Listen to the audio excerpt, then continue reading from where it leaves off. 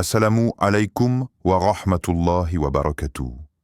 Bienvenue dans le flux de la foi, là où nous plongeons ensemble dans la profondeur de l'âme, là où les mystères de la spiritualité rencontrent la sagesse éternelle de l'islam.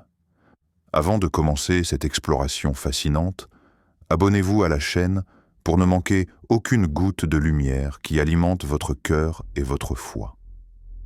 Activez la cloche pour rester connecté à ce rappel constant d'Allah dans votre quotidien. Il est des silences dans la vie qui pèsent plus lourd que des cris, des moments où l'on sent sans voir, où l'on pressent sans comprendre, une sensation étrange dans une pièce vide, une peur qui surgit sans raison, une oppression nocturne, glaciale, alors que tout semble calme autour. Ces choses que l'on préfère ne pas nommer, de peur de leur donner vie, et pourtant, elles existent. Dans l'invisible, une autre création évolue. Elle vit, observe, écoute, et parfois intervient. Les djinns. Créés bien avant nous, façonnés d'un feu sans fumée, une essence subtile, volatile, indomptable.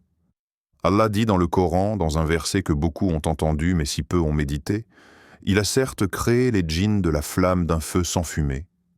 Sourate Ar-Rahman, verset 15. Le monde les a relégués aux contes et légendes, aux histoires qu'on se raconte pour effrayer les enfants. Mais en vérité, ce n'est pas un mythe, c'est une réalité divine.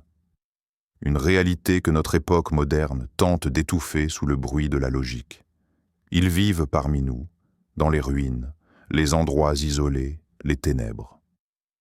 Certains djinns sont croyants, soumis à Allah, mais d'autres sont pervers, rusés et profondément hostiles à l'homme. Ils nous jalousent, nous manipulent, nous observent depuis l'ombre, et ce n'est pas une simple superstition, c'est un fait coranique. Il vous voit, lui et ses compagnons, d'un endroit où vous ne les voyez pas. Sourate Al-Araf, verset 27. À quel point as-tu ignoré cette vérité ? À quel moment as-tu laissé l'invisible pénétrer ton quotidien sans t'en protéger ? Il y a des signes, mais on les balaie d'un revers de main. Ces cauchemars récurrents, cette fatigue qui ne s'explique pas, cette tension constante dans la maison, cette peur inexplicable dans certaines pièces. Et si ce n'était pas dans ta tête ? Et si ta négligence t'avait exposé à une guerre invisible ? Le prophète ne cessait de nous alerter. Il nous a appris à demander protection en entrant aux toilettes, en changeant de vêtements, avant de dormir, au moment de manger. Des invocations simples, mais que nous avons oubliées. Pourquoi autant de protection ? Parce qu'ils sont là, et que certains attendent seulement une ouverture, un silence spirituel, une porte non refermée par le dhikr, un cœur vide du Coran, mais il y a plus inquiétant encore. Certains de ces djinns ne supportent pas qu'on parle d'un verset, d'une sourate précise, parce qu'elle est leur faiblesse, parce qu'elle les brûle, parce qu'elle dévoile leur méthode. Et si tu ne connais pas cette sourate, eux, ils préféreraient que tu ne la découvres jamais. Il y a des mots qui apaisent, d'autres qui blessent, certains, rares, qui transforment une vie. Mais au-dessus de tous les mots créés par l'homme, il y a la parole d'Allah. Une parole vivante, une parole qui guérit, qui élève, qui purifie. Le Coran n'est pas un simple livre, c'est une présence, une lumière descendue du ciel. Il est la respiration de l'âme, la clarté de la raison et le bouclier du croyant. Celui qui le lit, sincèrement, entre dans un espace sacré, et celui qui l'écoute entend la voix de son Seigneur résonner dans son cœur. Le prophète ne cessait de rappeler cette réalité. Il nous a offert une clé spirituelle que beaucoup ont laissé rouiller par négligence. Ne transformez pas vos maisons en tombes. Le diable fuit une maison dans laquelle est récitée la sourate Al-Baqarah, hadith rapporté par Muslim. Ce hadith est plus qu'un simple conseil. C'est une révélation sur l'invisible. Une information précieuse sur ce que redoute réellement l'ennemi. Les djinns, les shayatines, fuient la récitation sincère. non pas parce qu'ils n'aiment pas le son de la voix, mais parce que la parole d'Allah est un feu pour ceux qui vivent dans les ténèbres. As-tu déjà récité la sourate Al-Baqarah dans ta maison, entièrement? As-tu déjà vu ce qui change intérieurement et extérieurement lorsque la parole divine prend place entre tes murs? Parce qu'elle est le cœur du croyant. Elle commence là où commence toute foi authentique. Alhamdu lillahi rabbil alamin. Louange à Allah, Seigneur de l'univers. Elle t'apprend à louer, même dans la douleur, à reconnaître que, quoi qu'il arrive, tout vient d'un seul Seigneur. Pas d'un hasard, pas d'un destin aveugle, mais d'un rab, un éducateur, un nourricier, un maître bienveillant. Puis, elle t'enracine dans la plus haute des vérités. Maliki Yaoumiddun, maître du jour du jugement. Elle casse l'illusion de la domination humaine. Elle te rappelle que toute justice, toute rétribution, toute vérité ultime reviendra à lui. Et puis, elle te fait parler. Oui, tu oses enfin dire « Iyyaka na'budu wa iyyaka nasta'in ».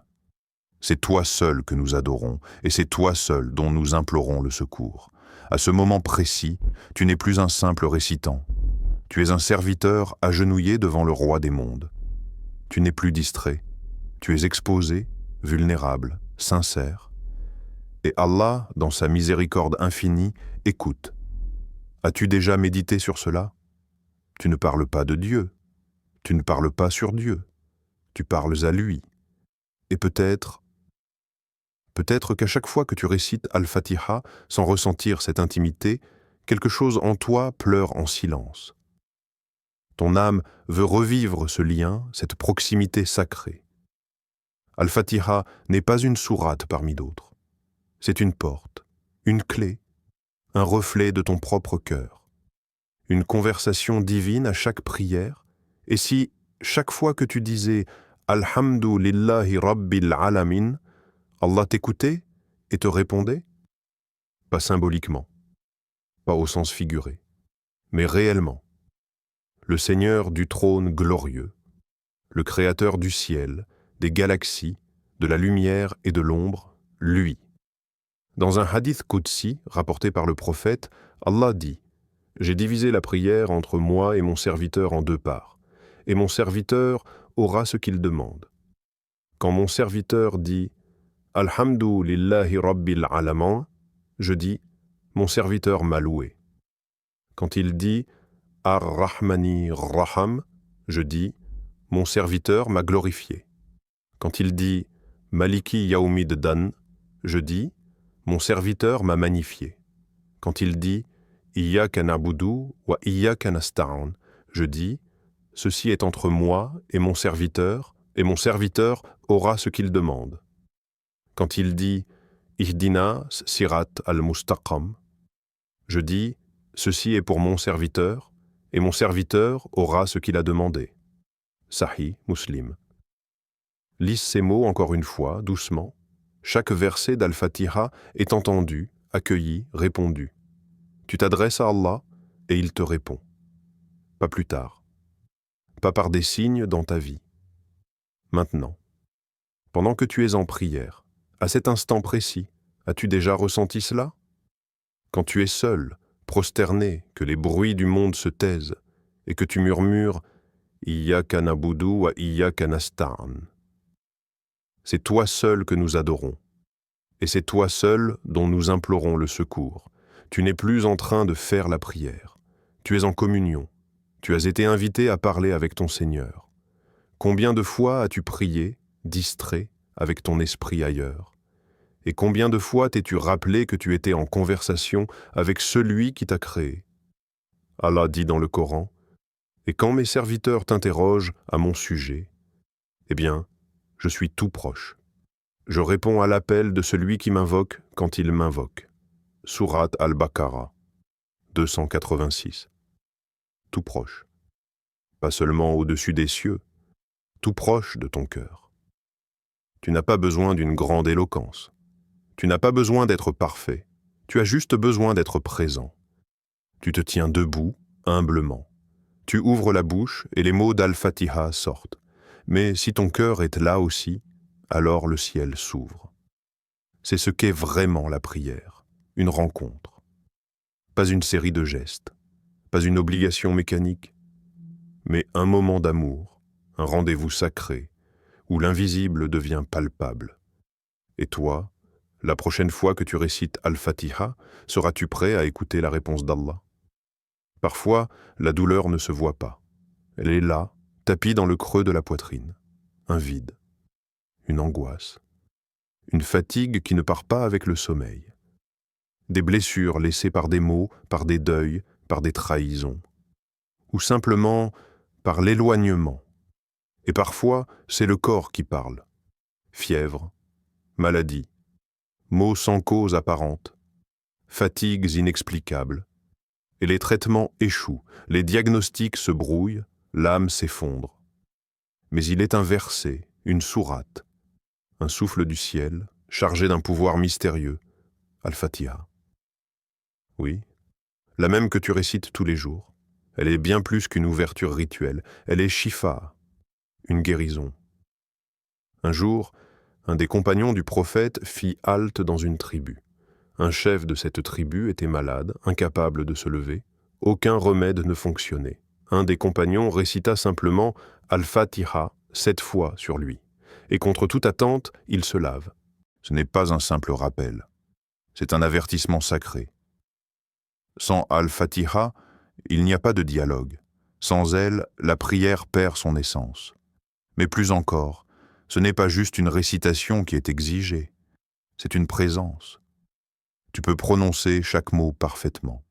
Mais si ton cœur est ailleurs, où est ton âme pendant la prière?